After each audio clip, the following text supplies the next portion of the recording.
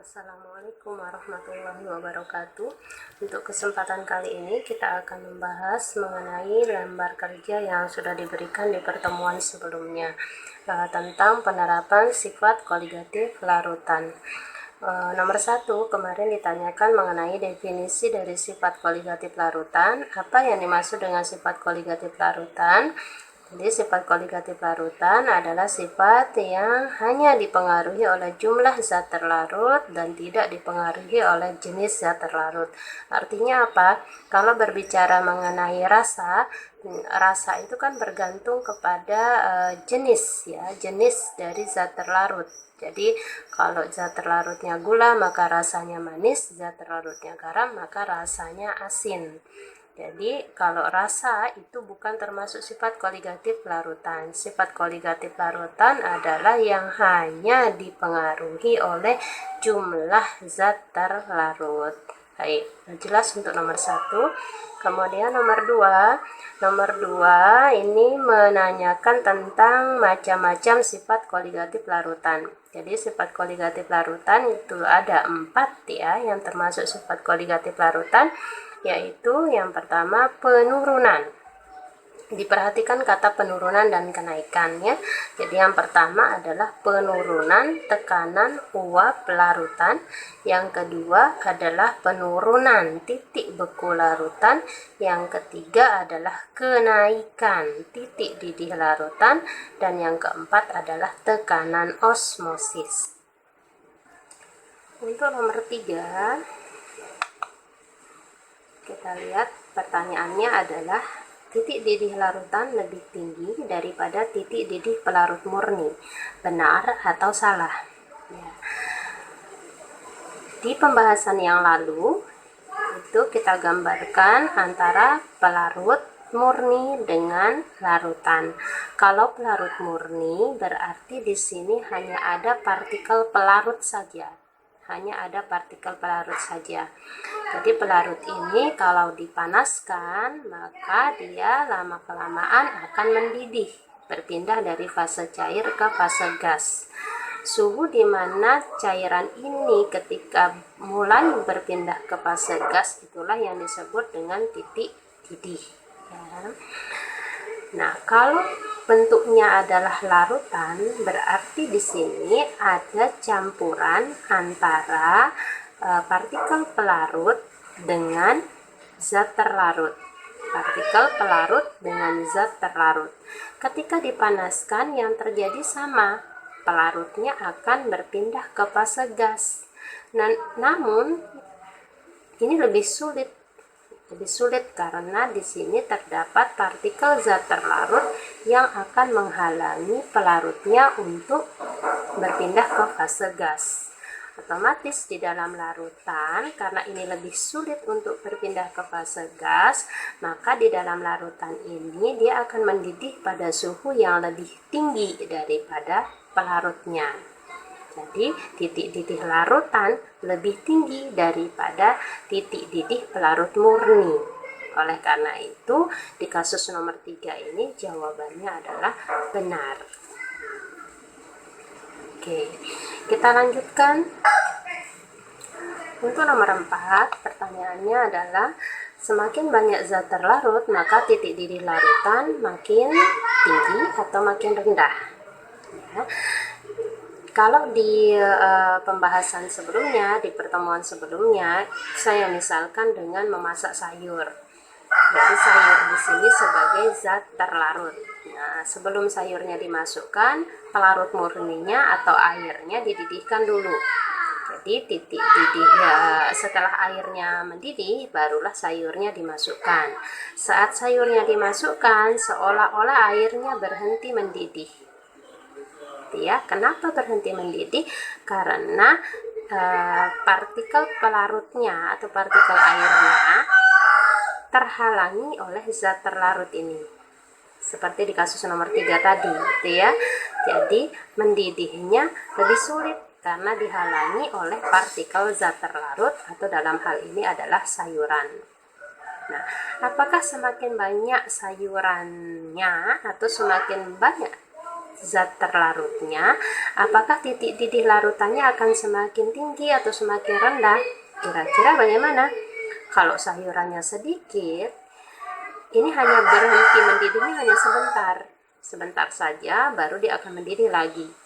Otomatis kalau sayurannya banyak, gitu ya, sayurannya banyak, maka dia akan berhenti mendidihnya lebih lama karena lebih banyak yang menghalangi partikel airnya untuk pindah ke fase gas tadi untuk mendidih.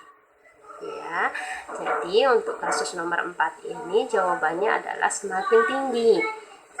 Semakin banyak zat terlarut, maka semakin banyak juga yang menghalangi partikel pelarut untuk mendidih. Ya, semakin banyak penghalangnya, maka titik didihnya juga akan semakin tinggi. Gitu ya. Baik, untuk nomor 5 pertanyaannya adalah titik didih pelarut murni air pada tekanan 1 atmosfer adalah berapa titik didih pelarut murni air? Jadi pada tekanan normal kita ini itu adalah tekanannya 1 atmosfer. Kalau dilihat di diagram tekanan suhu air gitu ya, diagram PT air, ini namanya diagram PT air. Air itu berada dalam bentuk 3 fase, bisa padatan seperti es batu itu, bisa berupa cairan, bisa juga dalam bentuk uap atau gas. Nah, pada tekanan 1 atmosfer ini kalau kita tarik garis lurus ke sini, menyentuh di garis yang sebelah sini, ditarik ke bawah, nah berarti titik didihnya adalah 100, suhunya ini 100 derajat Celcius. Jadi pada tekanan 1 atmosfer air akan mendidih gitu ya, air akan mendidih pada suhu 100 derajat Celcius. Bagaimana kalau tekanannya lebih tinggi dari 1 atmosfer? Nah, misalnya ini 218 atmosfer. Tarik garisnya ke sini, ke bawah, ternyata titik didihnya adalah 374 derajat Celcius. Begitu juga kalau tekanannya di bawah 1 atmosfer, maka titik didihnya pun akan lebih rendah dari 100. Ya, jadi pada 1 atm, air akan mendidih di suhu 100 derajat Celcius. Selanjutnya untuk nomor 6, pertanyaannya adalah titik beku pelarut lebih tinggi daripada titik beku larutan. Apakah benar atau salah? Ya, kita lihat. Kemarin dicontohkan dengan es krim ya. Es krim ini supaya dia awet atau tidak mudah meleleh, maka di luarnya ini, di wadah luarnya ini ditaruh es batu yang ditaburi dengan garam. Jadi garam ini fungsinya adalah untuk menurunkan titik beku, ya, menurunkan titik beku larutan sehingga es krimnya akan tetap terjaga, tidak mudah mencair, ya. Kalau di kasus yang ini es batunya saja, ini es batu saja lama-lama akan mencair, ya. Es batu karena tidak ada campurannya, maka dikatakan ini sebagai kondisinya sebagai pelarut murni. Tetapi kalau di sini ini larutan, ya, suhunya lebih rendah dari 0. Kalau air tadi es batu saja tanpa campuran apa-apa, itu titik bekunya 0 derajat Celcius. Kalau ada taburan garam di sini, itu titik bekunya menjadi lebih rendah daripada pelarut murninya tadi. Jadi, apakah benar atau salah? Titik beku pelarut lebih tinggi. Ini pelarut ya, ini pelarut murni. Lebih tinggi katanya daripada titik beku larutan. Benar atau salah?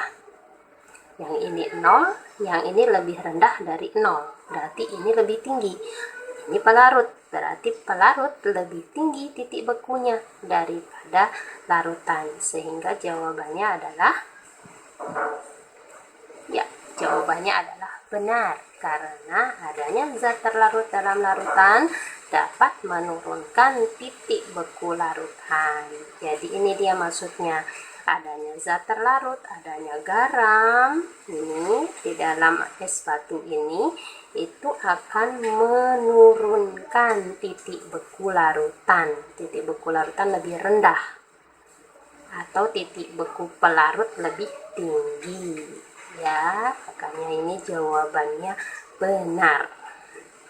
Baik, kita lanjutkan untuk nomor 7. Apa pertanyaannya? Nomor 7, semakin banyak zat terlarut, maka titik beku larutan semakin tinggi atau semakin rendah? Ya, jawabannya semakin rendah, karena dalam larutan dapat menurun, karena zat pelarut atau zat terlarut di dalam larutan dapat menurunkan titik beku larutan. Tadi garam itu tadi ya, garam yang ada di dalam es batu itu dapat menurunkan titik beku larutan. Jadi semakin banyak garamnya atau semakin banyak zat terlarutnya, maka titik bekunya juga akan semakin rendah. Suhunya akan semakin rendah dari pelarut murninya. Selanjutnya nomor 8.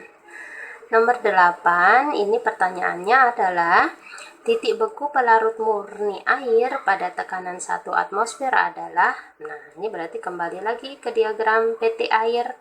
Kalau titik beku itu kita ngelihatnya di garis yang sebelah sini. Ya, di 1 atmosfer ini tarik garisnya ke sini lalu ke bawah, lihat suhunya berapa? Oh, 0 derajat Celcius.